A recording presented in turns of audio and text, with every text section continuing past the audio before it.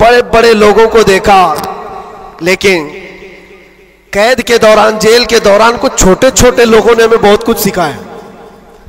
گجرات کے ایک چھوٹے سے گاؤں کا رہنے والا قیدی آ گیا تھا، مانسک سنتولن بگڑا ہوا تھا، گھر والے بھی چاہتے تھے اندر ہی رہے، چھڑانا بھی نہیں چاہتا تھا کوئی، اٹھا پٹک زیادہ کرتا تھا، جوان تھا اور اندر رہا۔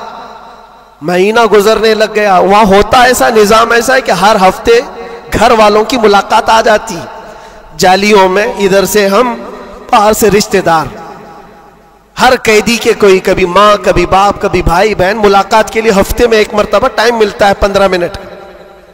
لیکن اس بندے کا کوئی آتا ہی نہیں تھا، ملنے بھی نہیں آئے۔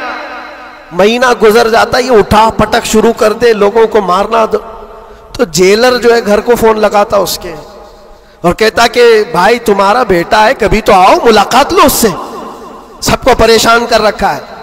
اور اسی لیے کہ قیدیوں کی جو حالت بگڑتی ہے تو یہ بہت بڑا ڈینجر مسئلہ ہوتا ہے، ان کو سنبھالنا۔ باہر آپ ادھر ادھر ہوئے تو اندر ڈالیں گے، اندر ہی بگڑا تو پھر کون سا اندر،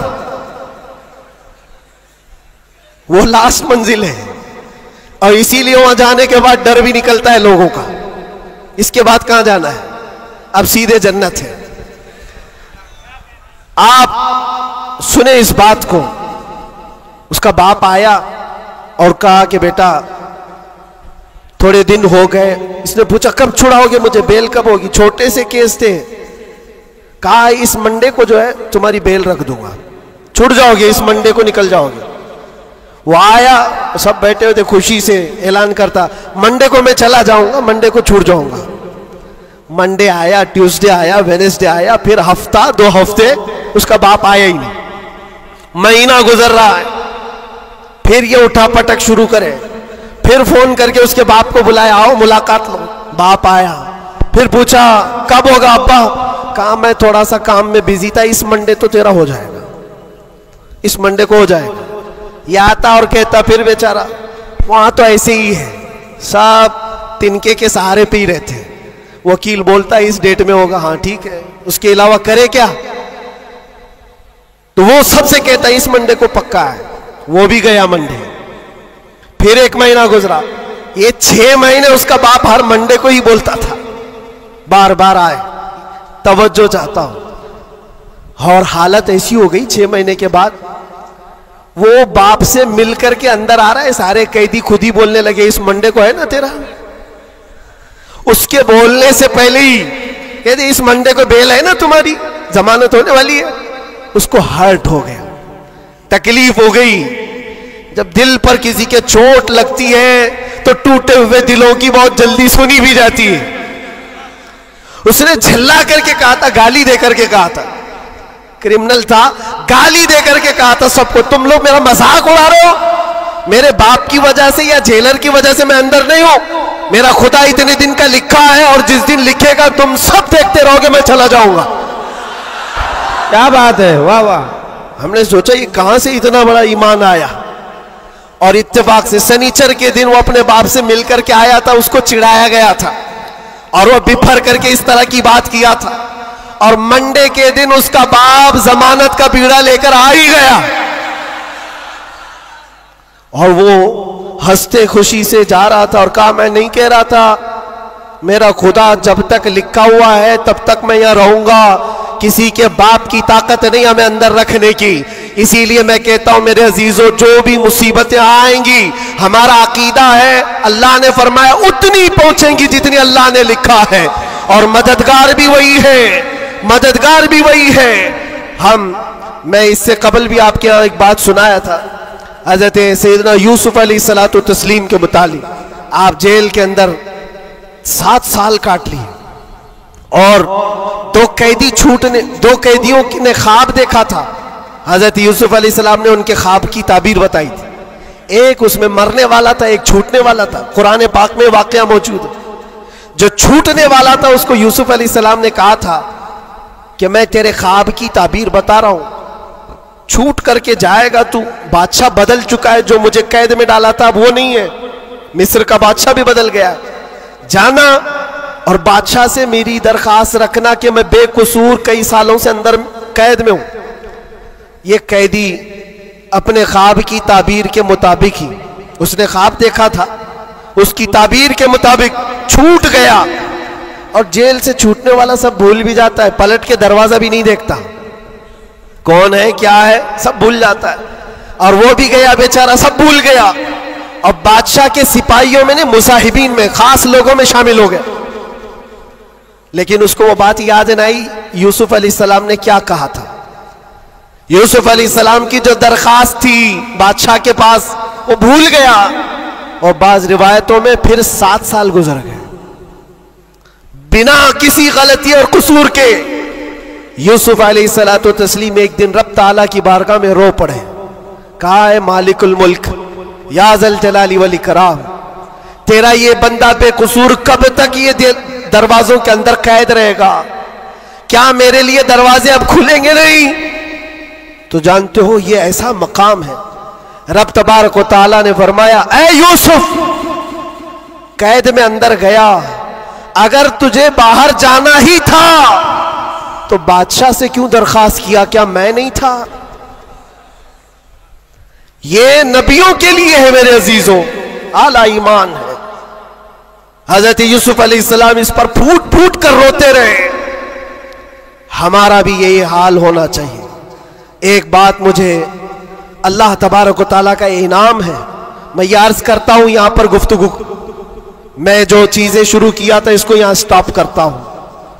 سارے لوگوں نے دعائیں کی مجھے پتا ہے، اور سب سے زیادہ میں نے حضور تاج الشریعہ کو اور حضور امین ملت کو خواب میں بار بار دیکھا. اور حضرت ابھی مجھ سے کہا تھا کہ ہم سب پریشان تھے، بہت دعائیں کرتے تھے. میرے چھوٹنے کی دعائیں یا میرے آرام کی دعائیں یہ الگ مقام رکھتی ہیں، لیکن جس وقت اندر جا رہے تھے میرے برادر گرامی بھی موجود ہیں، میں ایک دعا اللہ کریم کی بارگاہ میں یہ کرتا تھا کہ اے رب ذوالجلال، تیرا بندہ ہے، تیرے نبی کی بات کر کر اندر آیا، اتنی لاج رکھنا کہ میرے باہر جانے کے لیے کبھی کسی کتے کی مدد لینے کی نوبت نہ آئے. کیا بات ہے، واہ واہ واہ واہ. کسی ظالم کی مدد لینے کی نوبت نہ آئے. اور رب تبارک و تعالیٰ نے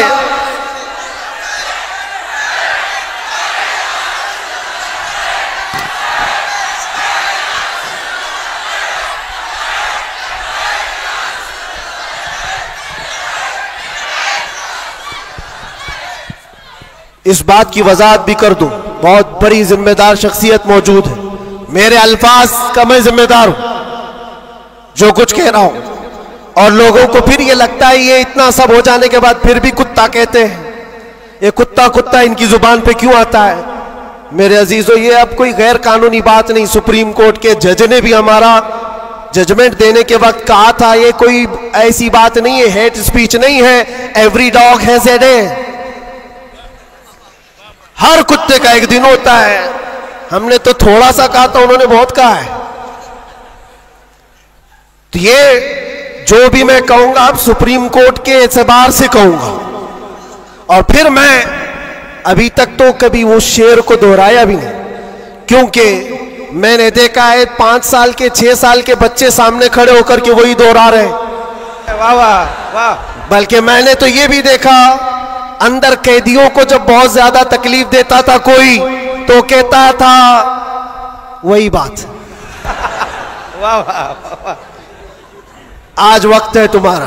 کیا بات ہے. ہر جگہ پر کھانا صحیح نہیں مل رہا ہے تو بھی وہ قیدی ہی پکار کر کہتے تھے آج وقت ہے، آج وقت ہے.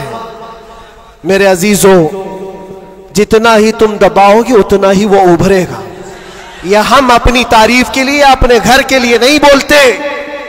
ہم نے کبھی کسی کمیونٹی کو، کسی خاص دھرم کو یا کسی خاص مذہب کو نشانہ بنا کر کبھی نہیں بولا.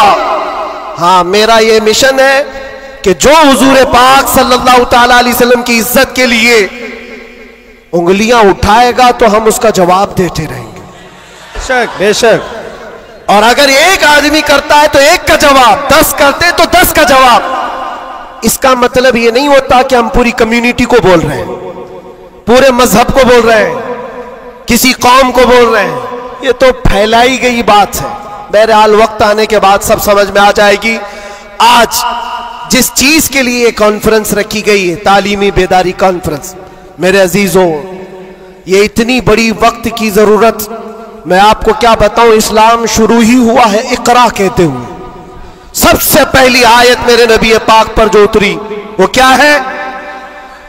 مسلمانوں اتنی تو بات یاد رہے، اقرا بسم ربک الذی خلق۔ قرآن کی سب سے پہلی آیت کیا ہے؟ بسم اللہ خانی کرائی گئی کہ نہیں کرائی گئی؟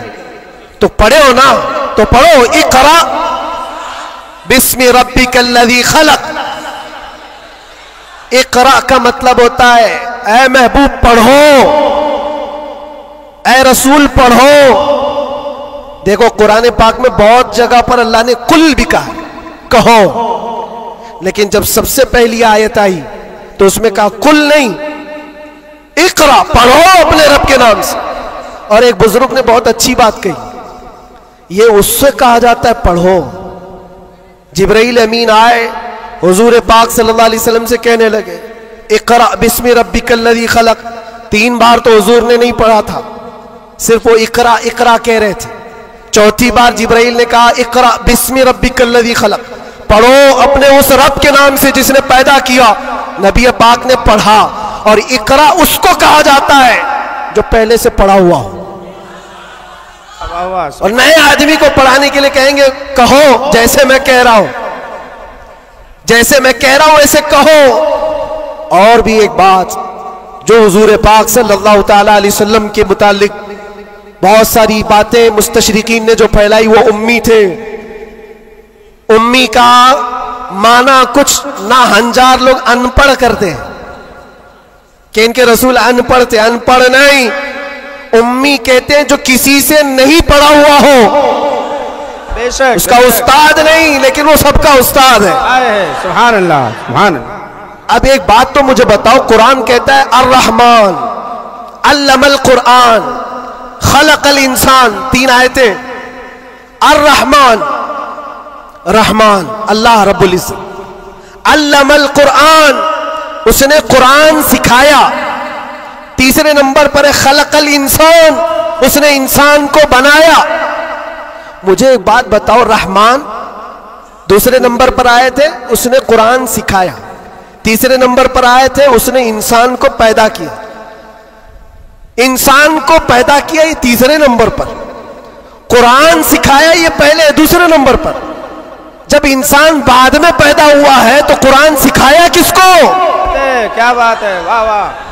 الرحمن علم القرآن، وہ رحمان ہے جس نے قرآن سکھایا پھر انسان بنایا۔